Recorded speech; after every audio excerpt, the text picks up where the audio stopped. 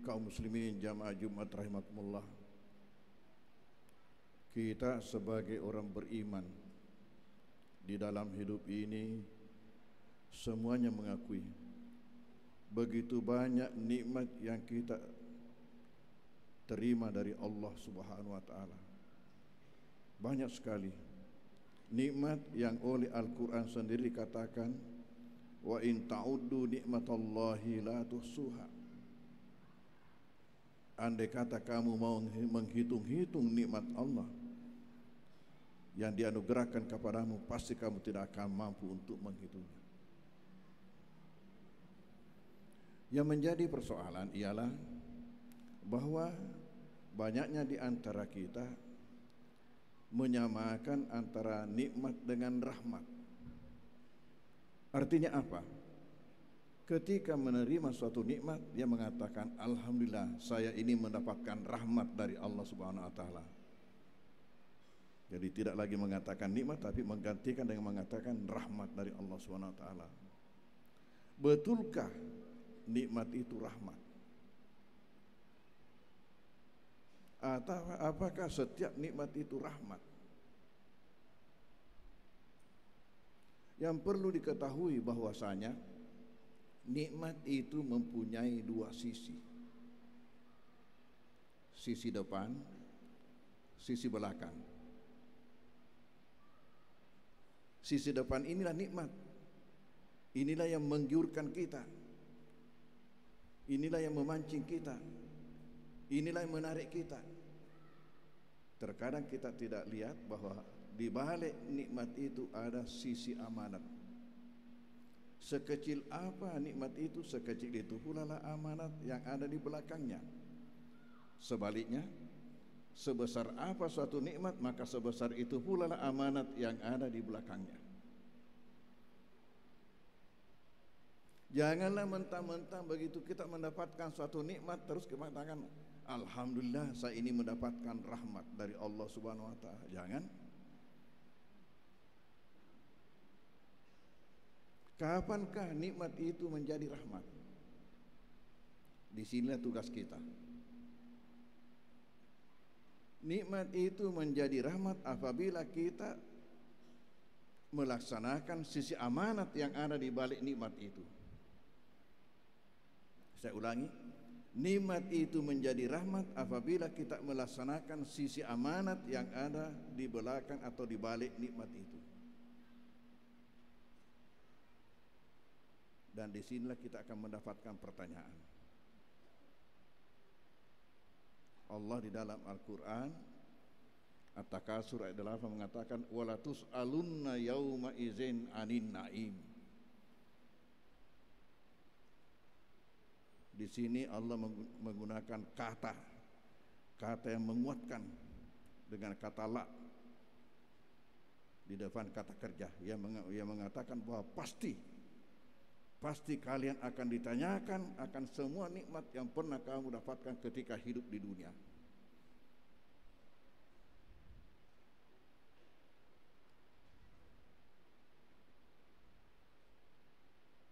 Jadi nikmat itu nanti menjadi rahmat apabila kita melaksanakan sisi amanatnya. Sekarang pertanyaan, apa sisi amanat atau apa makna amanat yang ada di balik nikmat itu? Sisi amanat daripada nikmat itu ialah mensyukuri nikmat itu. Mensyukuri nikmat itu. Apabila kita menerima atau mendapatkan suatu nikmat lalu kita cerdas untuk mensyukuri nikmat itu, berarti kita telah melaksanakan sisi amanat daripada nikmat itu.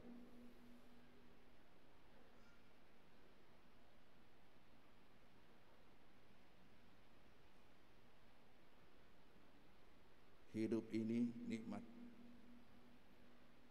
Kesehatan itu nikmat.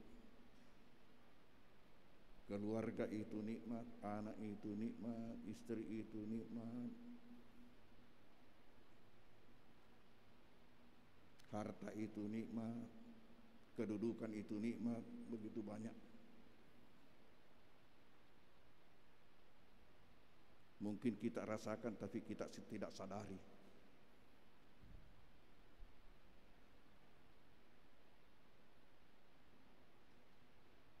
Contoh, kita ini diberi hidup, nikmat, mensyukurinya dengan apa? Dan ini amanat. Amanat itu ialah mensyukurinya. Bagaimana hakikat bersyukur? Kita biasa mengatakan alhamdulillah. Saya setiap mendapatkan nikmat selalu mengucapkan alhamdulillah. Pertanyaan, sudah cukupkah apabila kita mendapatkan nikmat dengan mengucapkan alhamdulillah sudah cukup merupakan kesyukuran? Oleh karena itu kita perlu tahu apa hakikat bersyukur itu. Bersyukur itu mempunyai 3 rukun. Rukun pertama daripada bersyukur ialah pengakuan nikmat itu adanya datang dari atas dan kita terima dengan segala senang hati. Itu rukun pertama.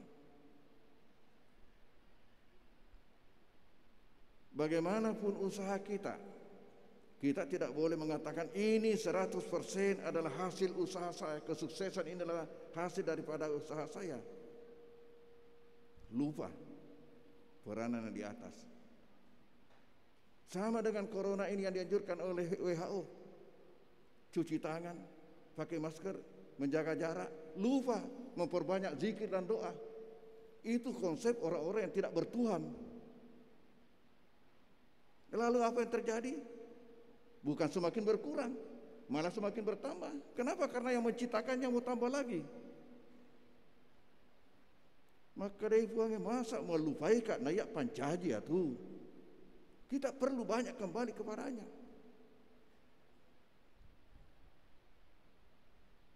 Pada malam tahun baru,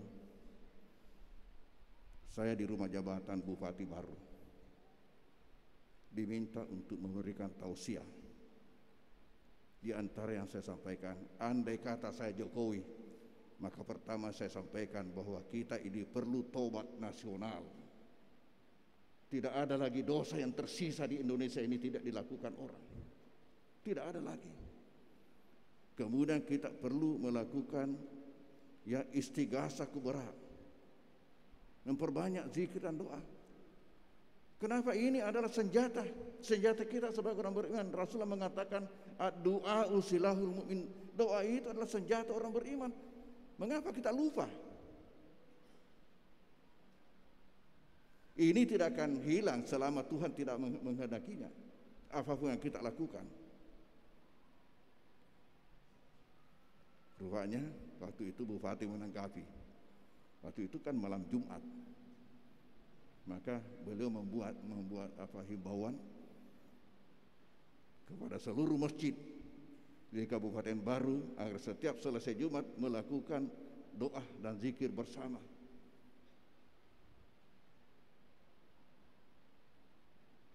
Hadirin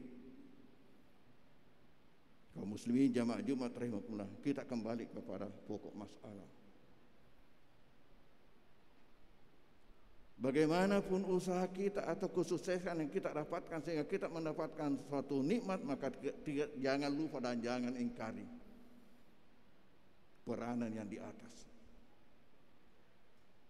Karena 2 orang yang buka toko berdampingan, jualannya sama, waktu dibuka sama, waktu ditutup sama, tapi uang yang dihitung pada malam harinya tidak sama. Kenapa tidak sama? Peranan yang di atas. Rukun yang kedua daripada bersyukur ialah menyampaikan rasa gembira dan terima kasih kita kepada pemberi nikmat itu.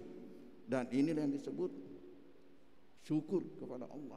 Alhamdulillah, menyampaikan dengan ungkapan alhamdulillah. Kita jangan sebatas sampai alhamdulillah lalu kita membawa nikmat itu kemana saja kita mau. Jangan. Belum cukup rukun syukur ini dengan hanya mengucapkan alhamdulillah. Kita harus membuktikan kesyukuran itu dengan rukun yang ketiga. Rukun yang ketiga daripada bersyukur itu ialah membawa nikmat yang terkait ke arah yang dikehendaki oleh si pemberi nikmat. Saya ulangi, dan inilah hakikat bersyukur. Rukun yang ketiga ialah membawa nikmat yang terkait ke arah yang dikehendaki oleh si pemberi nikmat.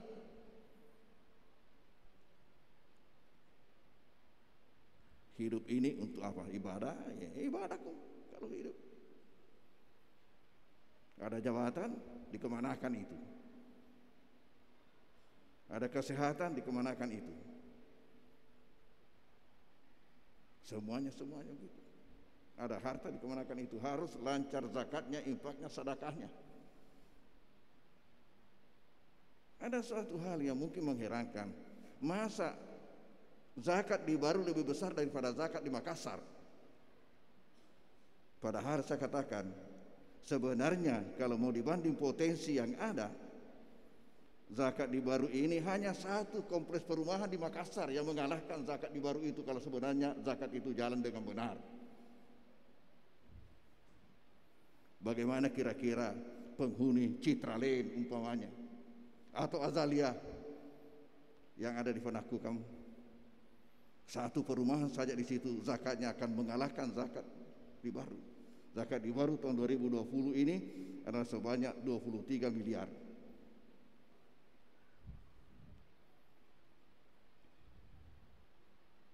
Jadi rukun yang ketiga daripada syukur ialah membawa nikmat yang terkait ke arah yang dikehendaki oleh si pemberi nikmat. Nikmat harta, keluarkan zakatnya, infaknya, sedekahnya. Jabatan, ya tahu apa amanah yang ada pada jabatan itu, laksanakan.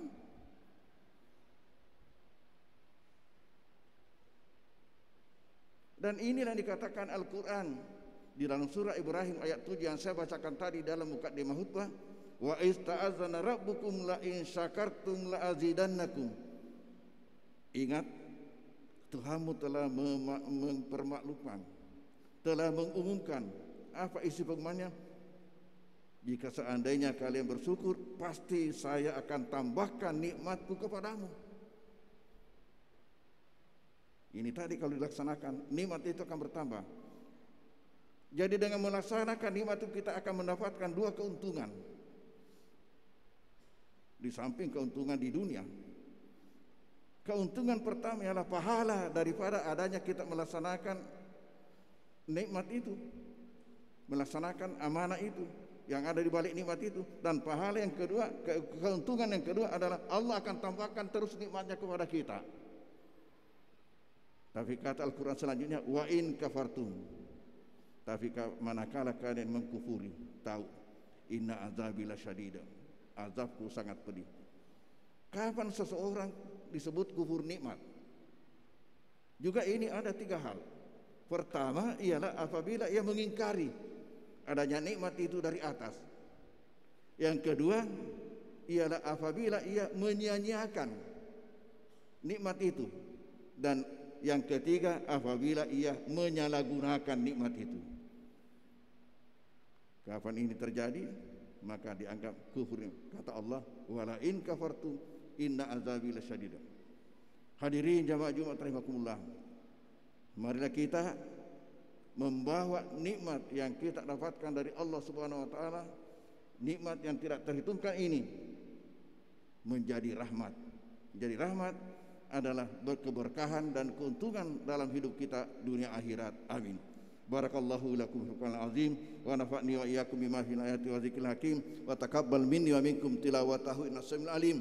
Aqulu qawli hadza wa astaghfirullahal azim li wa lakum wa irsalil muslimina wal muslimat wal mu'minina wal mu'minat fa ya fawzal mustaghfirin wa ya najatat taibin.